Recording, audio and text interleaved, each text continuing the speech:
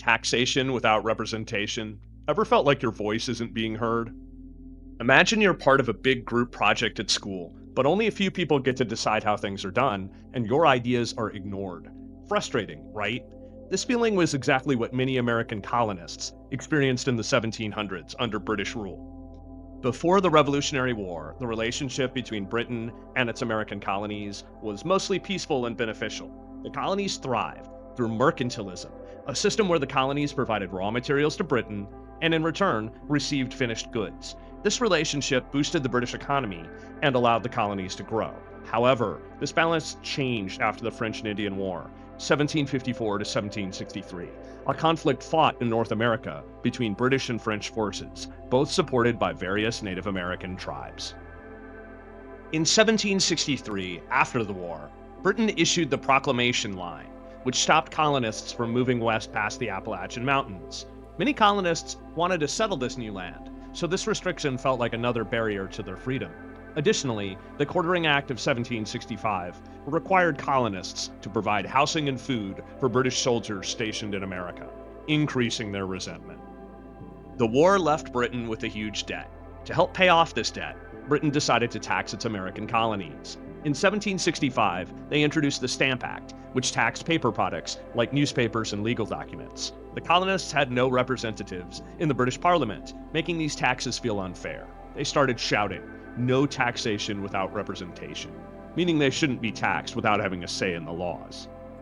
The economic impacts of British policies were severe and varied after the higher taxes. Mercantilism and the Navigation Acts restricted colonial trade to benefit Britain, hurting local merchants and limiting economic growth. For example, colonial farmers couldn't sell their goods freely and had to buy British manufactured products at higher prices. This economic hardship fueled further discontent and the desire for self-governance.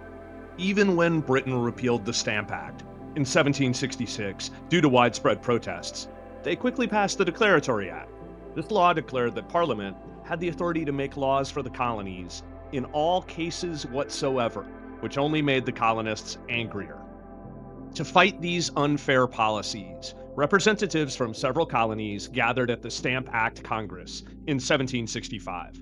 This meeting was one of the first steps towards unity against British rule.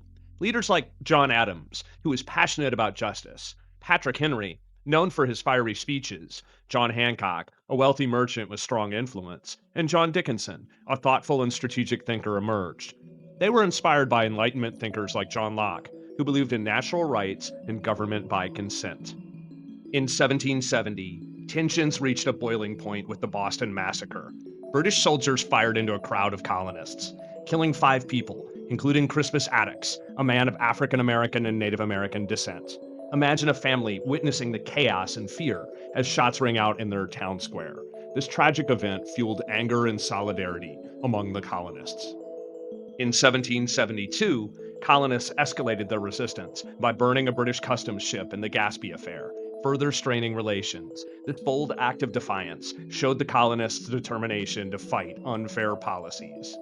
When Britain passed the Tea Act in 1773, granting a monopoly to the East India Company, colonists saw it as another unfair move. In retaliation, they carried out the Boston Tea Party, dumping tea into the harbor to protest the tax.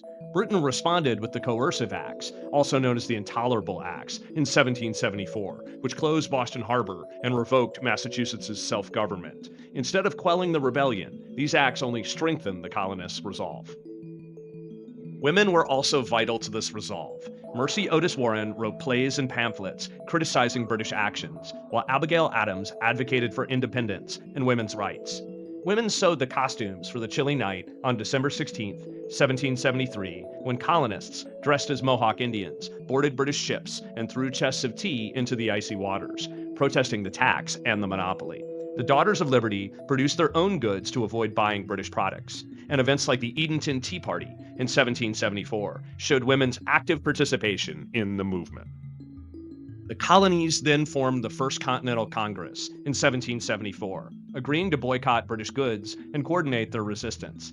Tensions finally erupted into armed conflict on April 19, 1775, at Lexington and Concord, marking the start of the Revolutionary War. Imagine hearing the first gunshots and realizing that the fight for independence had truly begun.